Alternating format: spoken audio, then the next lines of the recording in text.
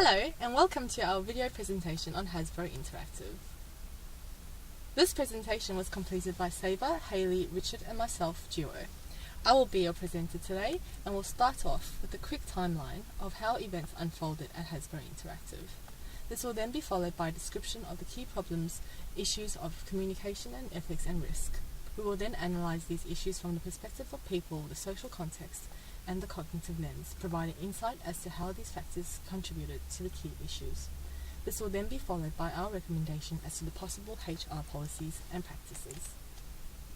Hasbro Interactive was founded in 1995 and had experienced strong growth up to 1998. They faced challenges in 1999 and the company was later seen to be sold to Infogrames in 2001.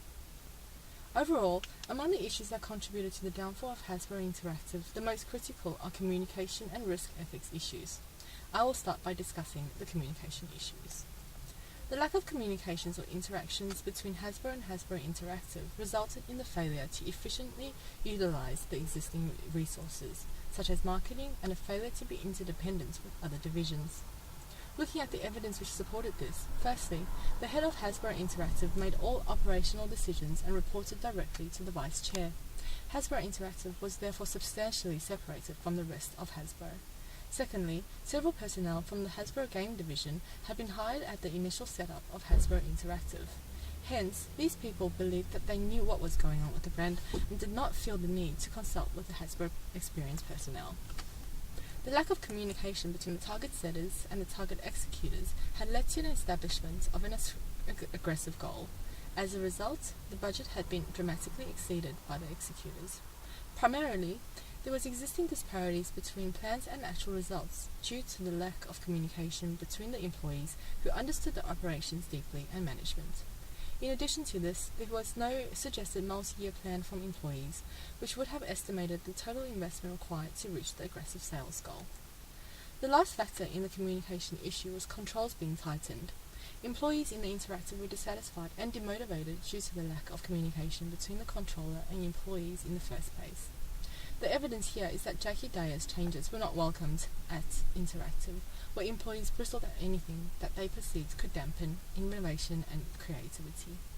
As a consequence, though with an initial growth of sales in Interactive, lack of communication resulted in the failure to operate efficiently in the long term, which eventually led to the downfall of Hasbro Interactive.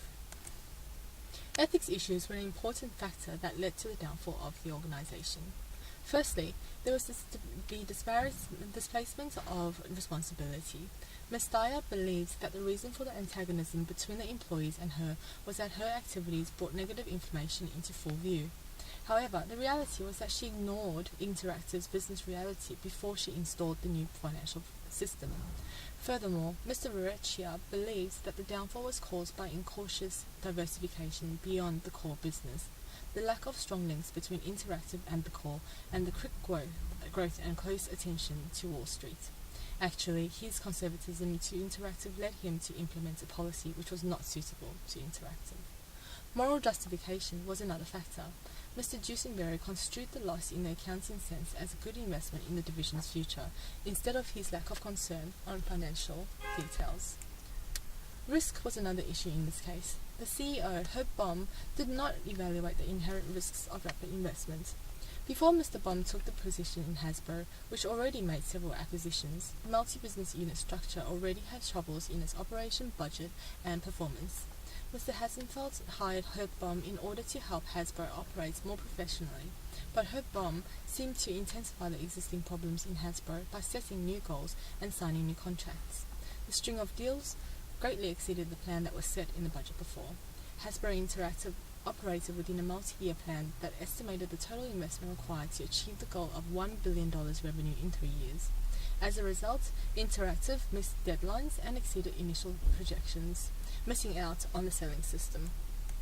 The core stakeholders in the communication as well as ethics and risk issues were centered around Alan Hasenfeld, Herb Baum, Tom Dusenberry, and Alvar Verrecchia. Alan Hasenfeld initiated the turnaround of Hasbro, demonstrating his proactive approach to decision-making. Being of a trusting character who allowed his staff to take charge translated into too many egos and power play within the organization, being counterproductive as a result. His eager nature also resulted in turning over too much authority too quickly to his staff. From his activities as CEO in Hasbro, Herb Baum was an extroverted person who was confident, inspiring, and had great ambition. He set a new goal which was almost unachievable, making a string of deals for the company. His heart was never in the business like the rest of the Hasbro family. The rapid acquisitions and investment essentially made the firm less efficient. Tom Dusenberry was also an ambitious and extroverted person. His strongest skill was leadership, and he was good at activating others' enthusiasm for futuristic ideas. However, since he was impulsive and risky, he had some rosy and risky projections. For example, he was ambitiously targeting a risky $1 billion plan, which proved to be problematic. Al Verrecchia is conventional. As an executive of Hasbro, which produced traditional games and toys, he always held a conservative and concerned point of view for Hasbro Interactive. As a less adaptable and less innovative person, he urged Mr. Baum to implement Hasbro standards which weren't suitable to Interactive. This in turn influenced the efficiency of the organization. Moving on to social context, Hasbro Interactive was a wholly owned subsidiary of Hasbro. Dusenberry reported to the corporate offices. However, substantial separation existed between Interactive and the rest of Hasbro. This meant that there was sometimes difficulty in communicating across divisions due to the barriers internally.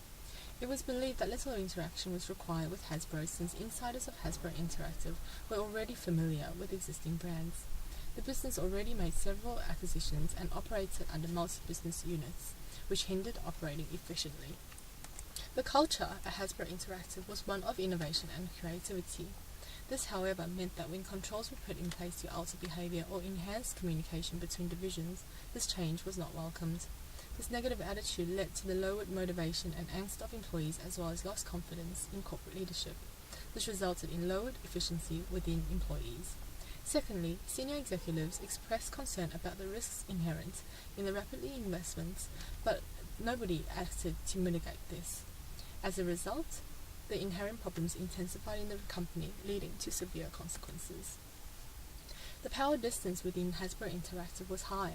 Employees were encouraged to utilize their creativity to promote the brand. Communication issues occurred, leading to the mismatch in strategy alignments. It was later found that it was important for new ventures to report to a general manager of an established business. Additionally, when Mr. Verrecchia was concerned about operation of Hasbro Interactive, he did not communicate with Mr. Dusenberry to know the reality of Interactive. Ms. Dyer also implemented new financial systems after being a new CFO in Interactive for a few days instead of communicating to employees there to fully understand the real financial situations. Clearly, the lack of a strict hierarchy in this case had meant that the business had suffered with the lack of strong links and communication with the core business, intensifying the ethics and risk issues. From a cognitive perspective, without significant interactions with other divisions, Dusenberry had made all operational decisions by himself before. In line with the availability heuristic, he thought that the license agreement division should have no problems with his decision on making a promotion agreement with Burger King. However, the manager held different opinions and thought it was necessary to consult with her before processing the decision. This heuristic led to a further communication gap between Hasbro Interactive and other divisions within the company. Furthermore, confirmation bias is inherent in this case. Since Mr. Dusenberry believed that interactive games had a brilliant future and Interactive grew quickly from the first couple of years, Mr. Dusenberry disregarded the loss in accounting sense as the sign of downfall. Considering the issues and causes identified, we have come up with 6 HR recommendations.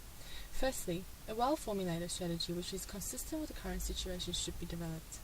Employees who understand the production line more deeply should be involved in setting the strategic objectives to reduce the risks associated with the aggressive goals. Secondly, during the selection process, in order to make sure the right people have been hired, Hasbro HR should establish a strict recruitment system through testing and multi-round interviews.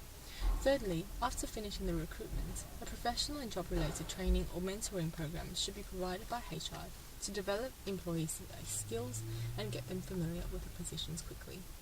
Fourthly, since one of the critical issues is the lack of communication, HR can facilitate a better communication process through various interactive activities across the entire company.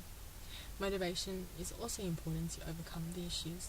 Therefore, HR can motivate employees with long-term incentive schemes such as a bonus bank to encourage employees to pursue a long-term profit rather than an aggressive short-term profit.